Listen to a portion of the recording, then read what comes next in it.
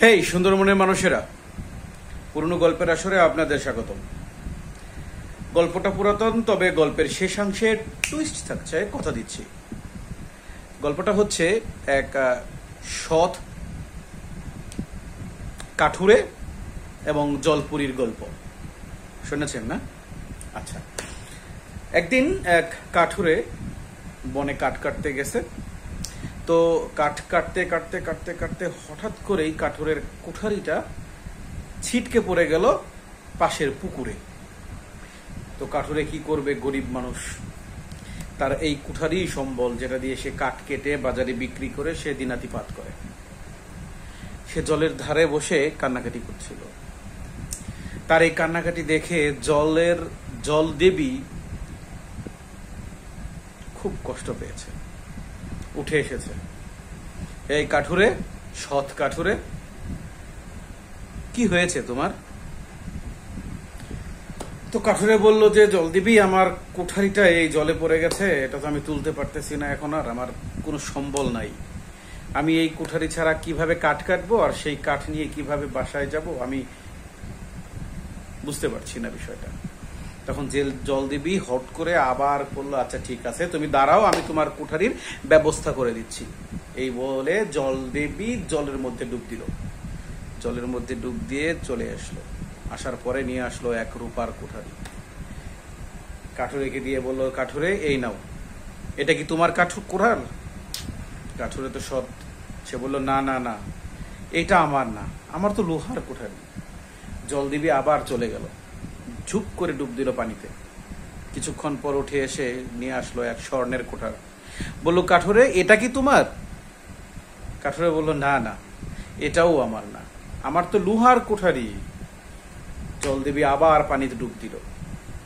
এবার কাঠুরের কুঠারিটা নিয়ে এসে বলল, কাঠুরে, এটা কি তোমার?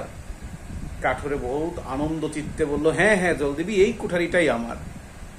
জলদেবী তার সততায় খুশি হয়ে বলল, ঠিক আছে, এই কুঠারি তোমার রইল, এবং স্বর্ণের কুঠারি এবং রূপার কুঠারি দুইটাই তোমাকে দিলাম। তুমি যাও, স্বাচ্ছন্দ্যে জীবন যাপন করো। তো কাঠুরি সেই স্বর্ণের কুঠারি, রূপার কুঠারি আর তার লোহার কুঠারি নিয়ে বাসায় চলে গেল।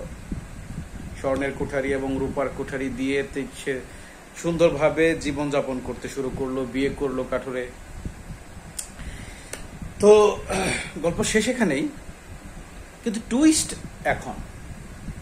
সেই কাঠুরে তার বউকে নিয়ে সেই বনের ধার ধরেই হাঁটতেছিল।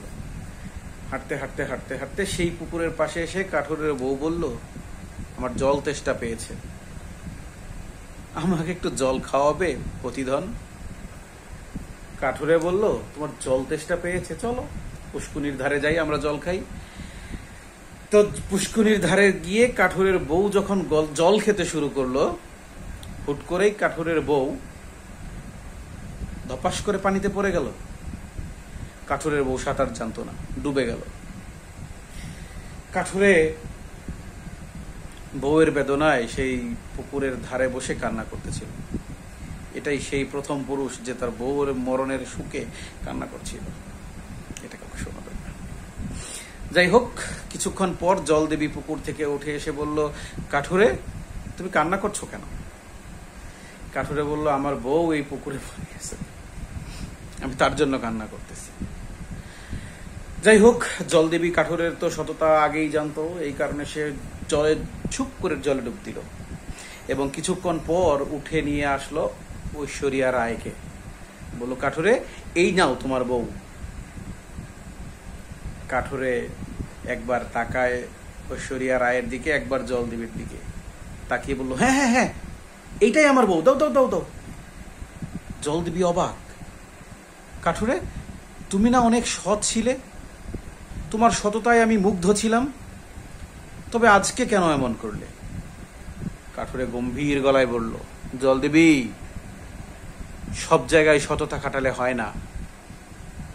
আমার কুঠার পরে গিয়েছিল, আমি লোহার কুঠারির জন্য তুমি স্বর্ণের কুঠারি দিয়েছিলে, রূপার কুঠারি দিয়েছিলে, আমি দুটেই নিয়ে চলে গিয়েছিলাম। কিন্তু এখন তুমি ঐশ্বরিয়া রায়কে উঠিয়ে নিয়ে এসেছ। আমি যদি বলি না, এটা আমার বউ না, তারপর তুমি দীপিকা পাডুকানকে উঠিয়ে নিয়ে আসবে।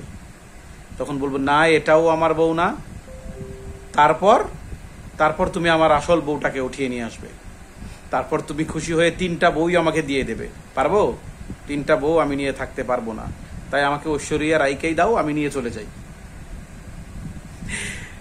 আপনাদের মন ভালো করার জন্য ছোট ছোট এরকম টুইস্ট নিয়ে মাঝে মাঝে হাজির হব। সাথে থাকবেন, ভালো থাকবেন, ভালো রাখবেন।